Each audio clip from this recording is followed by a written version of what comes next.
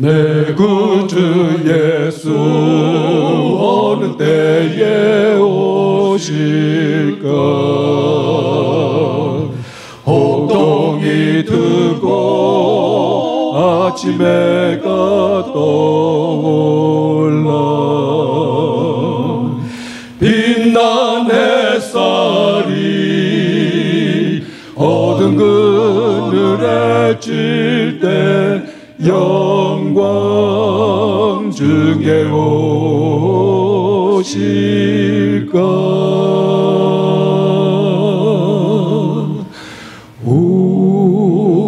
주여 얼마나 오래 기다리오리까. 어느 때나 할렐루야 우리 주 오신다. 노래하올는지 내 구주 예수 어느 때에 오실까. 혹대 낮에나 혹은 해질 때에나 어두운 밤에나 새벽동이 뜰 때에 영광 중에 오실까.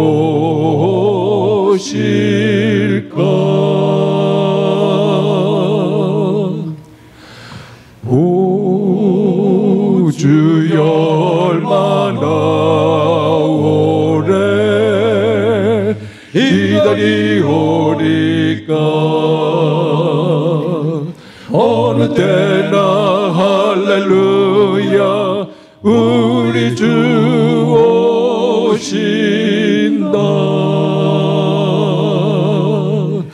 노래하올는지. 오 즐겁도다 기쁨 한량 없도다. 사망과 질병 슬픔 없어지는 날 흰 구름 속에 우리 주님 맞아서 길이 함께 살겠네.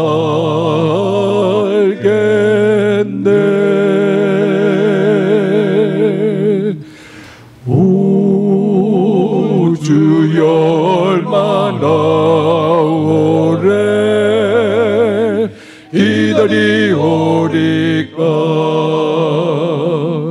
어느 때나 할렐루야 우리 주 오신다. 할렐루야.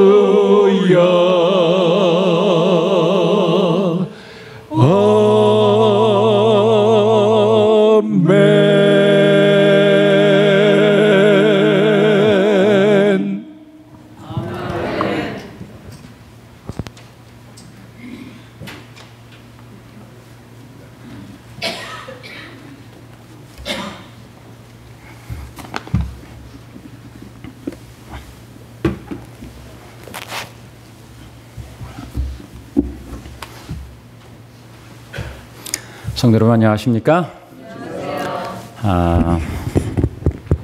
어제에 이어서 여러분들과 함께 말씀을 나눌 수 있는 귀한 특권을 주셔서 감사합니다. 제가 지금은 목회를 하고 있지도 않으니까 어떤 의미에서 엄밀한 의미에서 목사라고 안 부르셔도 되는데 또 목사로 이렇게 칭해 주시고 또 이렇게 초대도 해 주셔서 말씀을 전할 수 있게 해 주셔서 감사합니다. 사실은 제가 요즘은 이렇게 말씀을 전하는 이런 기회가 저에게 많지 않아서 어제도 말씀드렸지만 말씀 전하는 게 이제는 좀 서툴러졌습니다. 그래서 좀 뭐 말씀보다는 제가 요즘은 다른 쪽으로 더 많은 뭐 그런 활동을 하기 때문에 그렇습니다. 오늘 특별히 장로님들 사중창이시네요. 네, 감사합니다. 오늘이 저기 얘기를 들으니까 선교회 안식일이라고요.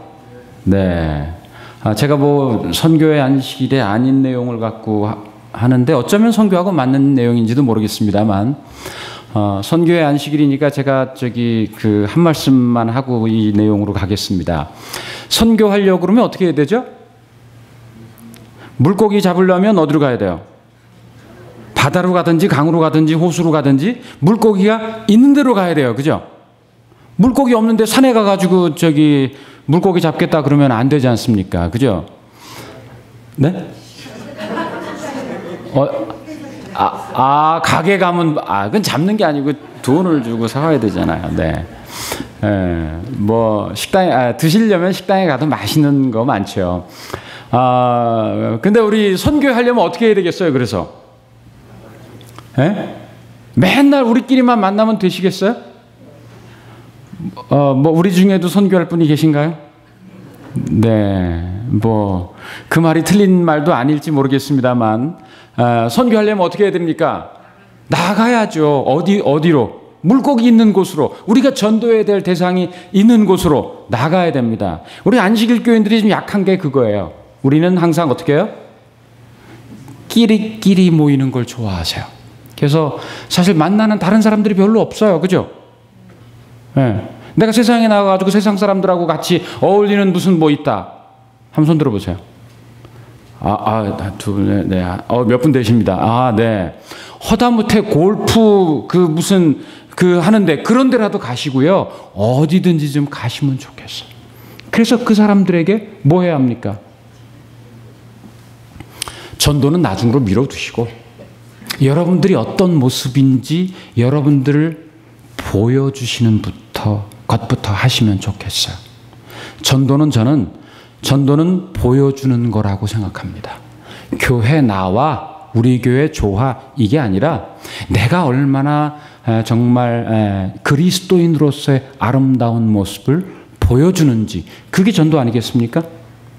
그래서 저는 오늘 그 그리스도인은 어때야 하는가 이 땅에 오신 그리스도 그분이 우리에게 보여주셨던 그것들 몇 가지를 함께 어제부터 나누어서 살펴보고 있습니다. 제가 어제는 오자마자 뭐 그렇게 경황이 없어서 앞에 뭐가 붙어 있는지 잘 못 봤습니다. 근데 오늘은 아침부터 와서 보니까 저 뒤에 앉아 있는 시간이 길더라고요. 그러다 보니까 제 눈에 몇 개가 보이네요. 제가 어쩌면 오늘 제가 하려고 하는 설교의 내용이 여기 다 들어있는지 모르겠어요. 그리스도의 마음으로 사람을 대하는 교회, 그리스도의 마음으로 세상을 향하는 교회라고. 정말 이 교회 훌륭하신 지도자, 목사님, 장로님들이 이렇게 이 교회가 나아가야 할 방향에 대하여 이미 제가 준비해온 설교를 듣지 않으셨는데도 불구하고 이렇게 다 정하신 거 보면 사실 해 아래 새로운 것 없습니다. 제가 하는 설교가 이게 여러분들이 처음 듣는 그런 내용의 설교이겠습니까만 다시 한번 리마인드 하는 마음에서 오늘 함께 말씀을 살펴보면 좋겠습니다. 그리스도인이라 함은 그리스도의 마음을 본받고 따르는 사람들이 그리스도인이라고 생각됩니다. 그렇다면 과연 그리스도 예수 그분은 어떤 분이셨는지 그분이 이 땅에 오셨을 때 우리에게 보여주셨던 그 그리스도의 마음 그 그리스도의 마음은 어떤 것인지 다시 한번 좀 살펴보려고 합니다. 어제 안 오신 분이 한 절반은 되시는 것 같으세요. 그래서 못 들으신 분들을 위해서 간단히 요약하겠습니다. 그리스도의 마음을 따르려면 예수님의 마음은 올라가는 마음이라고요? 내려가는 마음이라고요? 내려가는 마음이라고 말씀드렸어요.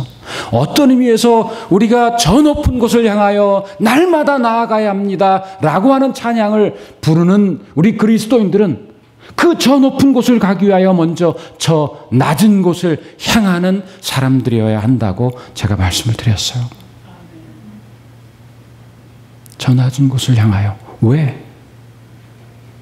그게 예수님이 우리에게 보여주신 마음이기 때문에 그렇습니다. 그분은 그 저 높은 곳에서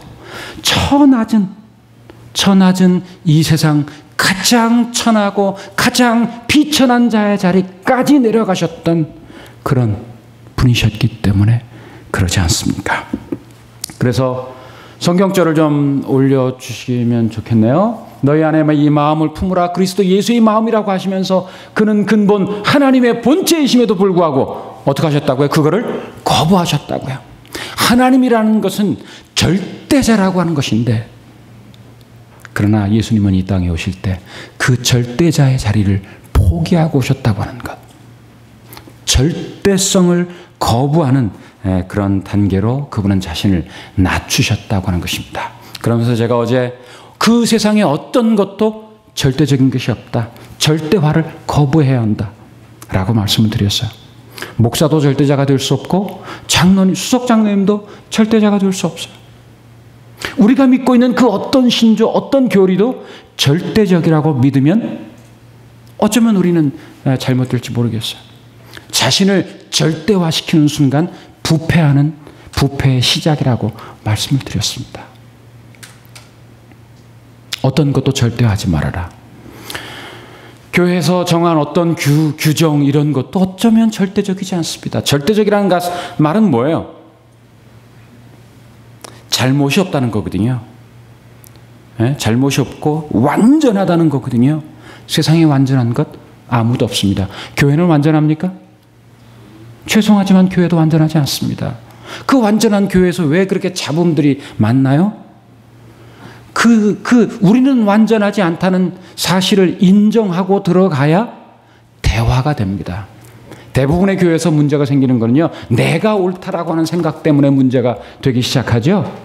나는 완전해. 서로 다 자기가 완전하다 보니까 그게 서로 부딪혀서 잡음이 나고 시끄럽고 그렇게 하지 않던가요? 내가 완전하지 않다는 사실, 나는 부족하다는 사실을 인정하는 데서 참 그리스도인의 삶은 시작될 수 있다고 믿어집니다. 예수님이 그러신 것처럼 우리도 그 절대화를 거부해야 합니다. 두 번째로는 예수님께서 자기를 7절에 보니까 자기를 비우셨다 그랬어요. 자기를 비웠다는 말의 의미는 자기를 내어놓으셨다. 왜 내어놓았느냐? 내어놓아야 할 대상들을 위하여, 곧 이 세상에 죽어가는 인생들을 불쌍히 여기셔서 그 사람들을 위하여 자기가 가진 모든 것을 내어놓으셨다고 하는 의미. 그래서 예수님의 마음을 닮아가는 두 번째 단계는 함께 아파하는 단계라고 어제 말씀을 드렸습니다. 즐거워하는 자들로 함께 즐거워하고 우는 자들로 함께 울라. 정말 이것만큼 예수님의 마음을, 그리스도인들이 살아가야 할 삶의 방향을 설명해 주는 그런 좋은 말씀이 없다고 여겨집니다. 여러분, 세상과 함께 아파할 줄 아는 마음, 동감이라고 그러나요? 영어로 empathy라고 한다고 하던가요? 정말 그 사람의 마음을 함께 아파하고 함께 즐거워해 줄 수 있는 그런 마음, 그것이 그리스도의 마음이 아니겠습니까? 세 번째로, 오늘부터 이제 그 세 번째 마음은 7절에 보니까 자기를 비우셨을 뿐만 아니라 종의 형체를 가지사 사람들과 같이 되셨다 그랬어요. 종과 동일체하는 그런 마음의 단계를 우리에게 보여주셨다는 것입니다. 예수님은 사람의 모습으로 이 땅에 오셨습니다. 예수님이 이 땅에 오셨을 때 그분이 만난 첫 번째 사람들은 그렇게 지체 높은 분들이 아니셨습니다. 고관 대작들이 아니셨고 팔레스틴의 가장 서민층에 속한 사람들, 그들 속으로 들어가 그들과 함께 이야기하고 그들의 삶을 함께 살아가셨던 그런 예수님의 모습을 우리는 볼 수 있지 않습니까? 제가 좋아하는 와이프인의 말씀 가운데 치료봉사에 있는 말씀이 있습니다. 오직 그리스도의 방법을 사용함으로써만 사람들을 접촉할 때 참 성공을 거둘 것이다. 예수님의 방법을 사용해야 사람들을 접촉할 때 성공을 거둔다 그랬어요. 어쩌면 이것은 비즈니스적인 성공도 될 수 있고 선교적인 성공도 이 원칙 속에 저는 들어있다고 생각합니다. 오직 그리스도의 방법을 사용해야 성공할 수 있는데 그리스도께서 어떻게 보이셨느냐? 구주께서는 사람들의 유익을 소원하는 분이시다 그랬어요. 먼저 우리는 사람들을 만날 때 그 상대방의 유익을 원하는 마음을 가져야 한다는 것입니다. 그리고 그들과 섞이셨다 그랬어요. 섞이셨다. 영어로 mingle-하셨다 말씀합니다. 우리가 사람들을 구원하기 위해서 우리는 세상 속으로 들어가 정말 그들의 유익을 위한 마음으로 그들 속에 들어가 그들과 섞이셔야 한다는 것이야. 예수님은 세리와도 섞이셨습니다. 심지어 창기들과도 섞이면서 그들의 친구가 되어주셨어요. 세상에서 가장 소외받고 멸시받고 손가락질 당하는 그들 속에 들어가 그들의 마음을 얻으시기 위하여, 아니 얻기 위한 목적이라기보다는 그 사람들을 불쌍히 여기셔서 그들 속으로 내려가셨다고 하는 것이죠. 그분께서는 그들에 대한 당신의 동정심을 보여주시고 그들의 필요를 따라 봉사하시고 그들의 신임을 얻으셨다. 그 사람들의 유익을 원하는 마음으로 그들 속에 들어가 섞이고 그들에게 동정심을 보여주시고 또 그들의 필요를 따라 돕고 봉사하시고, 그러니 그제 그렇게 하니까 뭐를 얻게 되시는 거예요? 그들로부터 트러스트를 얻게 되는 것이죠. 많은 사람들이 앞에 거는 생략하고 뒤에 것만 얻으려고 합니다. 그들과 섞이지도 않고 그들과 함께 그들을 불쌍히 여기고 그들을 안타까워하고 그 사람들을 어떻게 해서든지 도와주려는 그런 마음이나 행동이나 어떤 것도 하지 않으면서 그들에게 신임을 얻으려고 한다면 어쩌면 그것은 빗나간 기대에 일는지 모르겠습니다. 예수님은 그런 방법으로 하셨다는 거예요. 그리고 그 후에 그분께서는 나를 따라오라고 그들에게 명령하셨다. 화이트는 말합니다. 여러분, 교회에서 전도하는 방법, 이 방법을 따르는 것 이어야 하지 않겠습니까?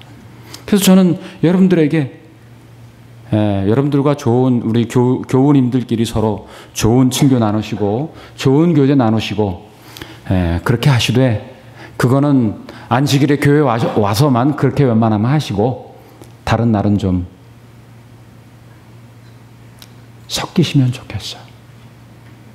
여러분들이 정말 도와주고 싶은 사람, 그 사람들 속에 들어가 섞이는 일 하시고 그들을 위하여 봉사하시고 동정심을 좀 나타내시고 그렇게 하시면 좋겠어요.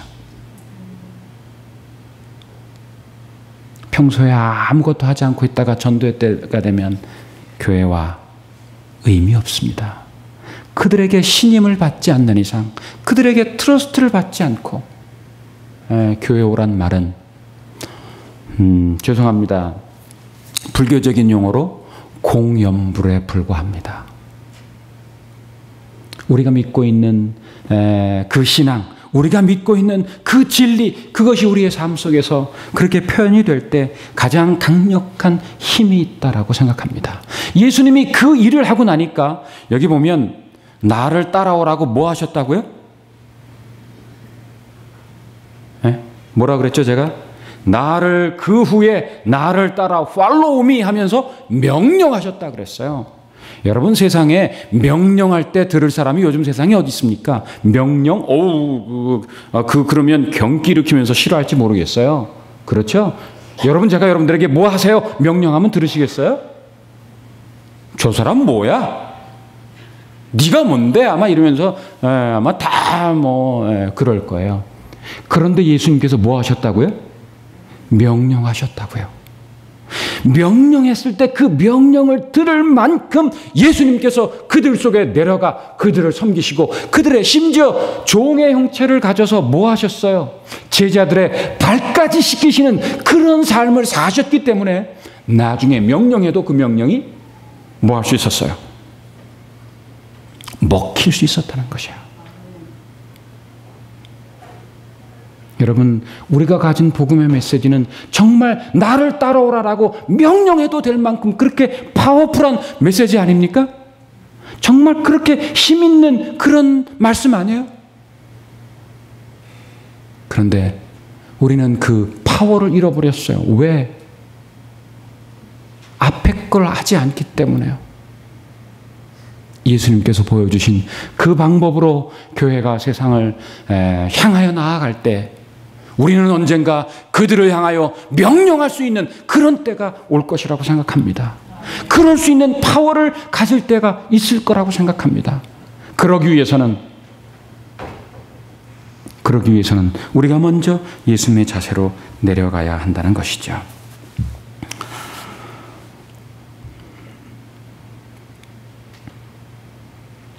제가 언젠가 교회 지람을 읽다가 어떤 장로님이 선교지에 가서 선교하셨던 기사를 쓰셨던 것 같아요. 그런데 뭐 그 자세한 내용은 제가 다 기억나지 않습니다만 그때 읽었던 한마디가 제 마음속에서 지워지지 않습니다. 다른 사람이 굶고 있는데 내가 배부른 것은 자랑이 아니라 부끄러움이다.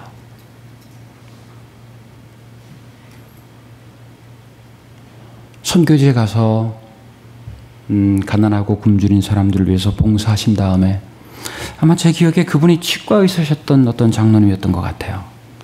그런데 그분 스스로가 이런 말을 쓰기가 참 조심스러울 텐데도 다른 사람이 배고프고 굶주리고 있는데 내가 배부른 것, 내가 좋은 집에 살고 좋은 차 타고 내가 세상 사람들이 우러러볼 만큼 존경스러운 그런 위치에 있는 것, 그건 자랑이 아니라 뭐라고요? 부끄러움이다.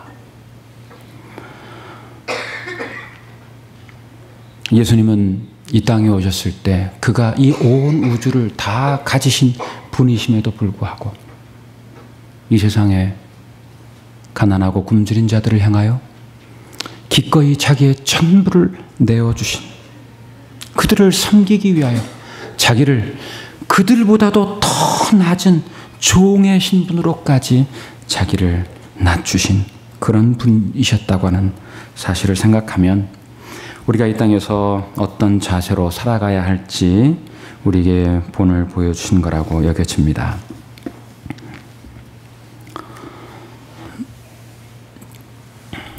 글쎄요, 우리가 많은 교리들을 갖고 있죠. 그죠? 우리 안식일교회 참 교리가 굉장히 발달한 교회입니다.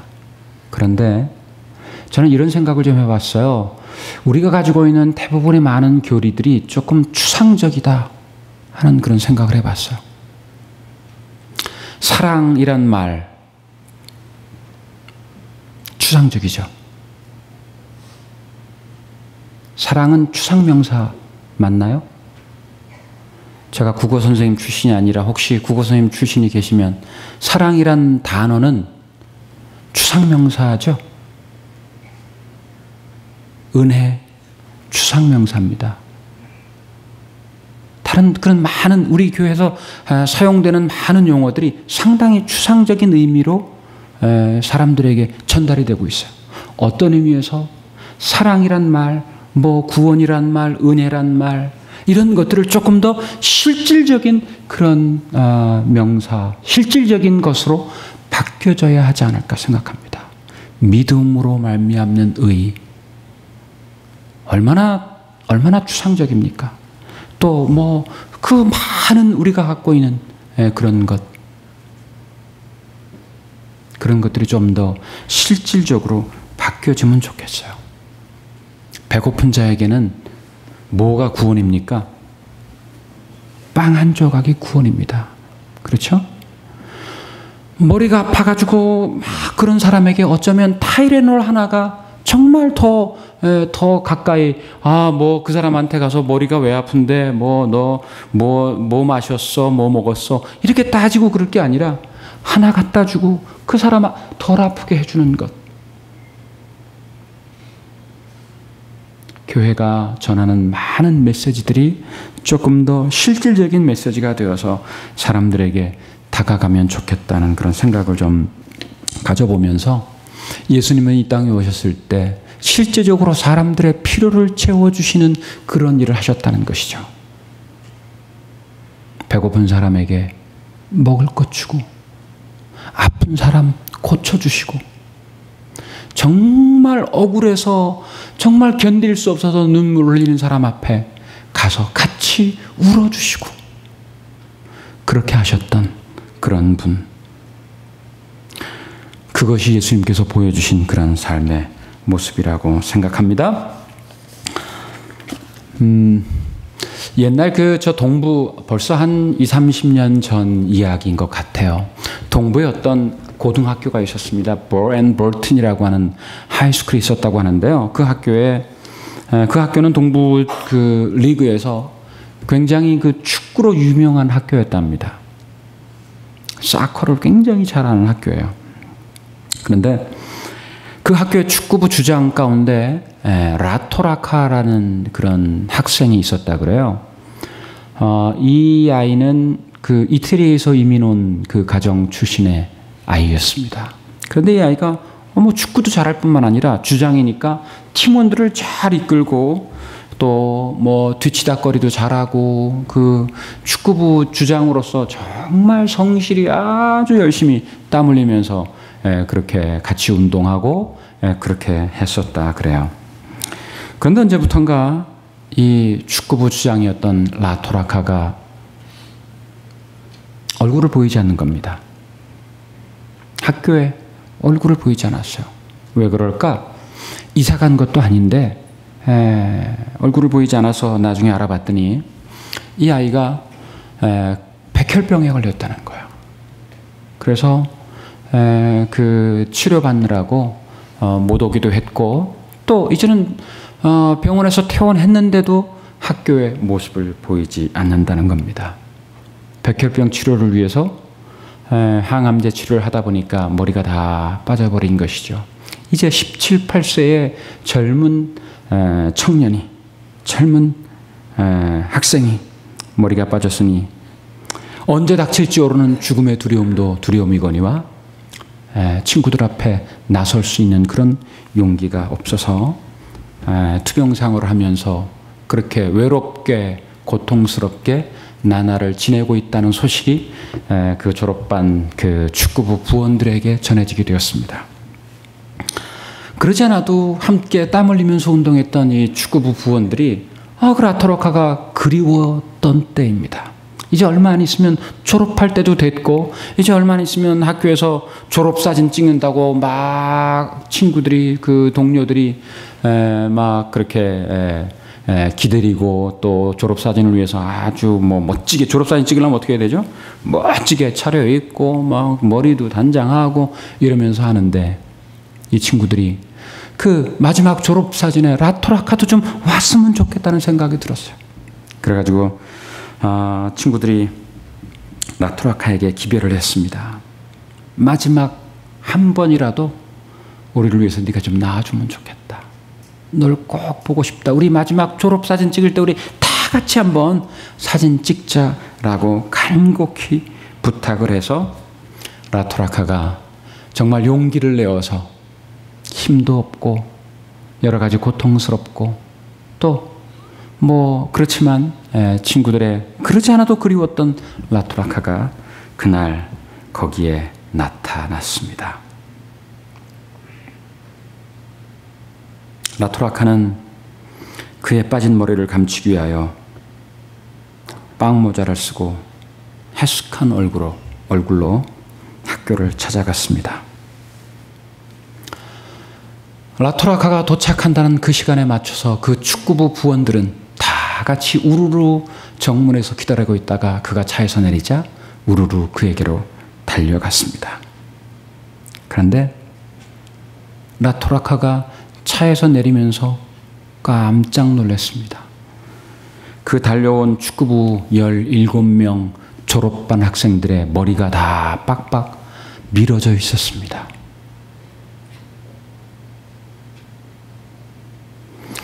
머쓱한 채 그 친구들을 맞이한, 서로 얼싸안고 부둥켜 안고 껑충껑충 뛰면서 이 라토라카를 맞이하는 그 아이들이 다 머리를 민 채 그를 맞이했는데, 라토라카가 웬일이냐고 물어봤어요. 그랬더니 그 가장 연장자였던 골키퍼를 맡았던 친구가 대답합니다. 야, 우리가 한참 축구하던 시절에 우리 다 같이 축구부원들이 몰려가서 킹 앤 아이란 영화 본 적 있지 않니? 여러분 혹시 그거 아세요? 킹 앤 아이란 영화. 네. 거기 주인공이 누구죠? 잘 아시는군요. 네. 율브린너 아닙니까? 야, 네가 그때 그 영화 보면서 율브린너를 얼마나 부러워했냐? 그래서 율브린너의 특징이 뭐니? 빡빡 대머리 아니냐? 그래서 우리 율브린너 클럽을 만들기로 했어.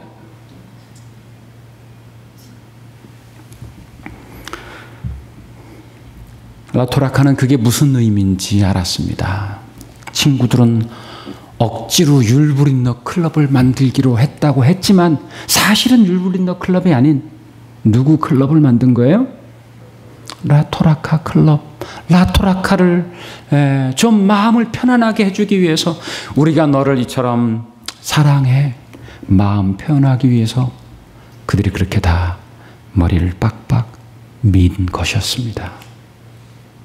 한낮에 백촉 전구만큼이나 반짝반짝 빛나는 17명의 학생들이 졸업 앨범에 들어갈 사진을 그렇게 빡빡 밀고 찍었다는 것입니다. 여러분, 함께 아파주는 마음, 함께 그 상태로 내려가주는 그 축구부 부원들의 이야기.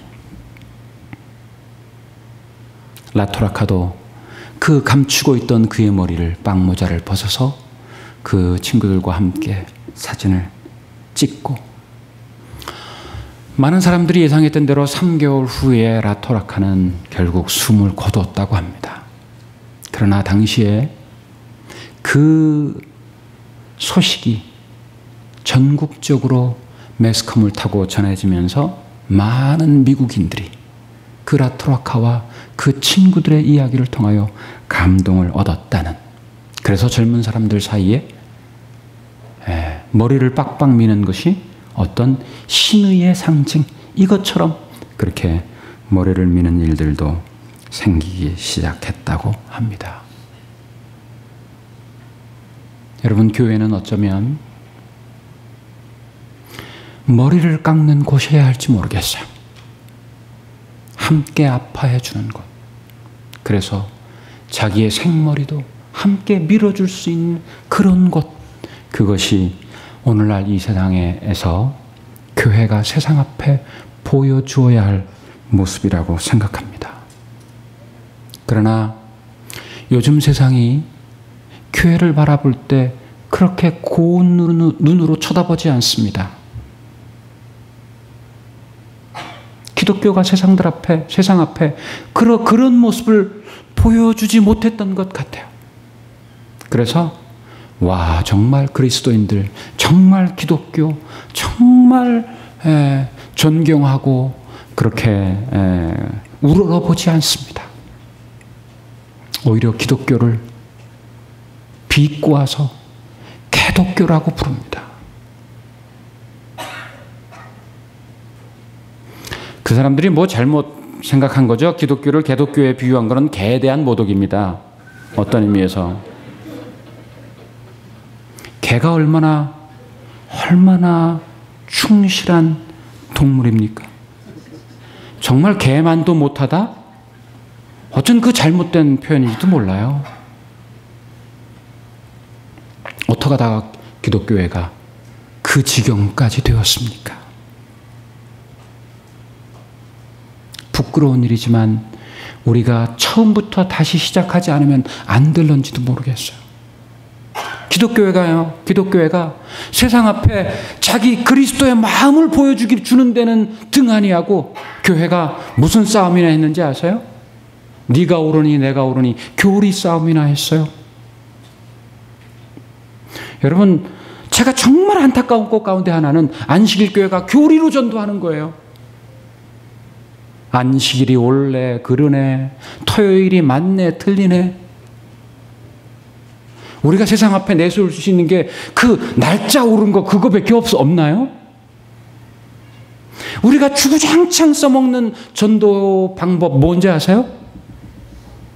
주구장창 예언밖에 몰라요. 여기도 예언 전도 1년에 한 번은 하지 죄송합니다.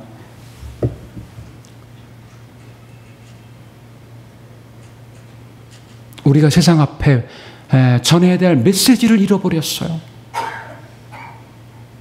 우리가 세상 앞에 전해야 될 것은 그리스도의 마음을 본받는 교회의 모습입니다. 예언, 그건 2차, 3차, 4차 뒤로 가서 안식일이고 또 우리 뉴스타트고 어쩌면 이런 것 셋째, 넷째 문제 일는지 모르겠어요. 정말 그리스도의 마음을 세상 앞에 보여줄 수 있어야 합니다. 그들 속에 그들과 함께 머리 깎고 들어갈 수 있는 그런 마음, 그런 자세, 그런 태도가 교회가 간직해야 될 그런 모습이라고 생각합니다. 그런 세상을 감동시키지 못하면서 안식일이 무슨 의미가 있고, 감동시키지 못하는데 교리가 무슨 의미가 있겠어요? 자기들끼리 배부르고 자기들끼리 잔치하고 자기들끼리 화려한 성전 짓고 하는데, 아까 말씀드린 대로 세상이 굶주리고 있는데 자기들이 큰 교회 지었다고 대단한 무슨 자랑거리라고 그렇게 하는데, 그것을 부끄러운 줄 모르는데 어찌 세상이 이 교회를 보고 존경하고 그 교회를